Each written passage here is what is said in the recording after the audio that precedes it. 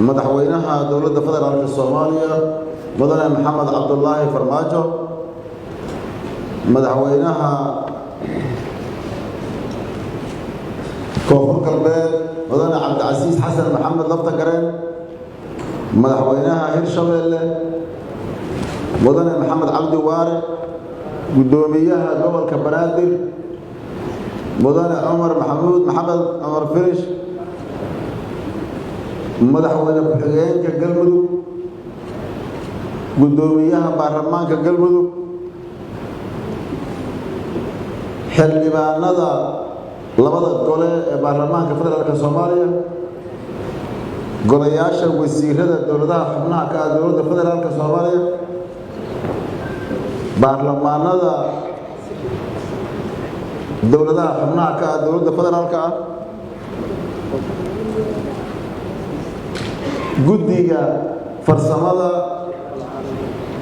ka baaraandegidda qaabab doorasho gudoomiyahooda iyo guddigaba dhammaan marti sharafta qaybahooda kala duwan ee ka soo qayb galay munaasabadan qaaliga ah asalaamu calaykum waraxmatullaahi wabarakaatuh salaam kadib waa maalin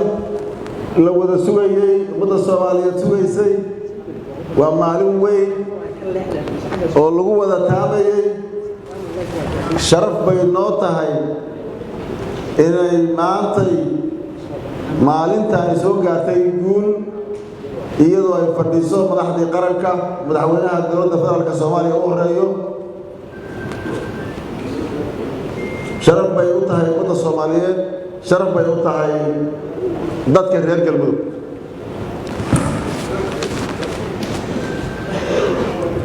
walaalayaal mudanayaal iyo barwooyin waxaad ogtihiin inay ahayd madal iyo ballan 15 bisha August halka ay isugu yimaado iyadoo looga tashanayo hannaan doorasho iyo qaab doorasho oo dalku doorasho ku galo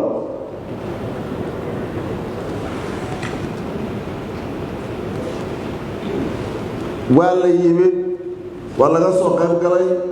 walaalo laga maqnaaday ayaa jire runtii waa la hadalnay waa doonnay dadaal kastana waa ku bixinay geed dheer iyo geed gacmana waa u fuulnay walaalaheen inay halka ka soo xaadiraan sidii ballantuba ahayd ma noqon taasi ma noqon sidaas waxaad ogtihiin maanta inay tahay maalintii 7aad ee halka uu ka socdo shirkan oo runtii la dhihi karo waa waqti waafi ah oo ku filan inay walaalahana aan ugu yeerno taladii loo baahnaa lagu gaaro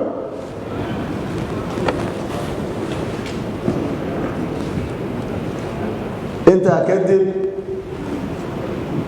waxaa la gudagalay taladii iyo muhiimaddii shirkan weyn ee taariikhiga ahi lahaa sidaan horeba u sheegnay waxaana soo baxay oo la gaaray hannaan doorasho oo dalku doorasho ku galo oo runtii dhinac walba laga eegay oo aan dhinacna u xaglinayn oo ummadda Soomaaliyeed inay doorasho ku gasho waqtigeedii ku dhacda u qalma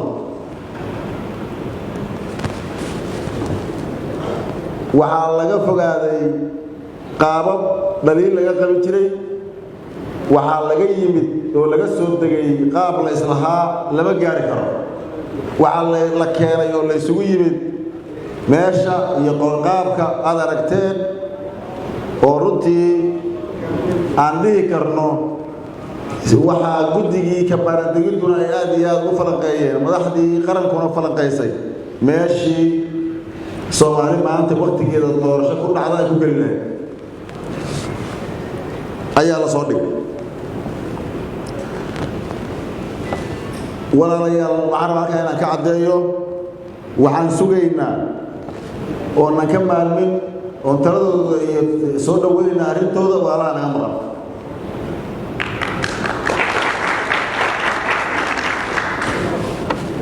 dalku doorasho u socday doorashaa loo rabay waqtigeeda ku dhacda aragtidiina aad ka dhiiban kartaan doorasho sidaan sheegnay maanta dalka waddanka doorasho ku geli karo nalala qaadan karo Soomaali lagu taageeri karo ayaa la soo dhig la isla gaaray waxaan soo dhaweynaynaa talada walaalaha waxaan soo dhaweynaynaa tilmaanta walaalaha waxaan soo dhaweynaynaa mar walba oon diyaar u nahay annagoo qadarin iyo sharaf iyo walaalnimo hayno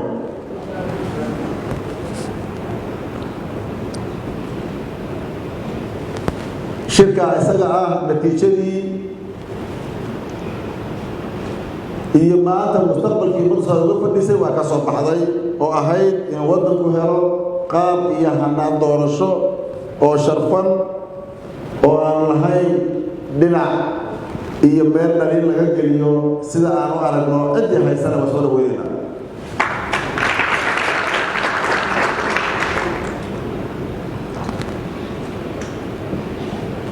mudanayaal iyo marwooyin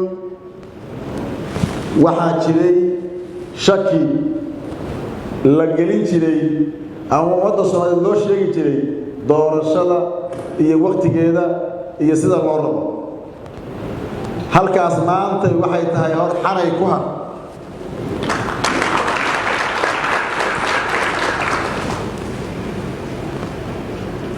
waxaan aad u bogaadinayaa ummadda Soomaaliyeed iyo dadka reer galmudug ku bogaadinayaa dacaayadihii la isku dayay in lagu maran habaabiyo shirkan ama lagu shaki geliyo waddanka Soomaaliyeed sidii oo abaabula oo aan dhihi karno waxa waday kooxo ujeeddo xor ah oo mar kasta ummadda Soomaaliyeed ceeb ku ah sida loo arkay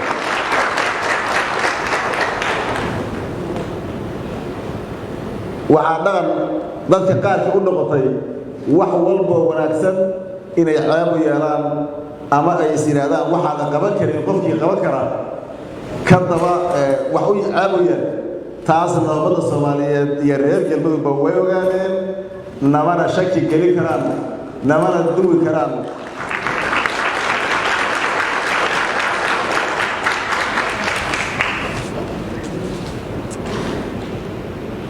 runtii waxaan dhihi karnaa waa laga guulaystay waana ka guulaysanaynaa cid kastoo isku dayda inay ummadda Soomaaliyeed danaheeda iyo maslaxadeeda iyo sharafkeeda dhaawacdo hadday shakhsi tahay ay maaragtay ku talagaleen iyo hadday tahay si guud inay danaha ummadda u dhibaan waxaana leenahay walaalayaal waa idiin nasteexaynaynaa waddada saxda ah iyo sida wanaagsan u fakara mar walba qofba qofku ka xumaan badan yahay Soomaaliya ma baahna waxay u baahan tahay qofku ka wanaag badan yahay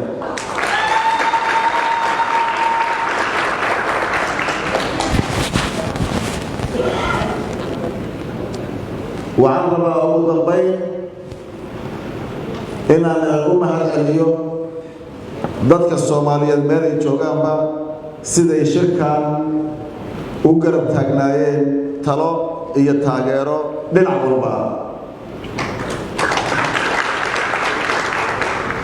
sidoo kale waxaan u mahadcelinayaa saaxiibada Soomaaliya beesha caalamka sida ay ula duubnaayeen gaar ahaan arrimaha doorashooyinka ee maanta go'aankoodii halkan ka dhacay siday u doonayeen inay Soomaalidu hore u socoto doorasho xor iyo xalaal gasho goolna ku gaarto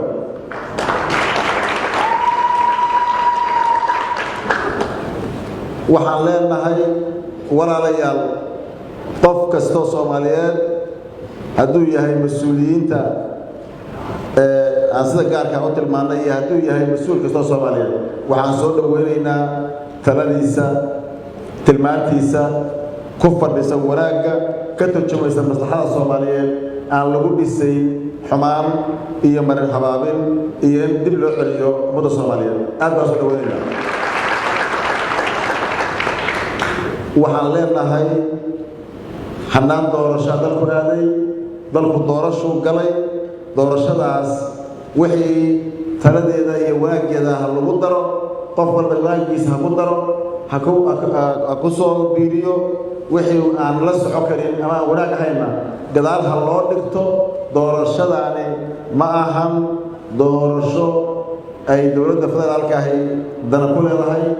doorasho dowladaha xubnaha ka ah dowladda federaalka ay dana ku leeyihiin ama ay awood gaara ku leeyihiin ma ahan doorasho cidna ka xaqlinaysa cidna u xaqlinaysa waxaa la yidhaahdaa wada guulaysta magaceeda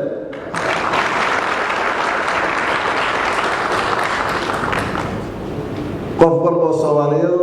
wada guulaysta u kaalay wada guulaysta ku soo biir wada guulaysta dhinacaaga ka gal ummadda soomaaliyeedna waxaan leenahay guulaysta doorasho wanaagsan oo xor iyo xalaal ah oo sharfan ayaa noo ballana meelaad joogtaanba wasalaamu calaykum waraxmatullaahi wabarakaatu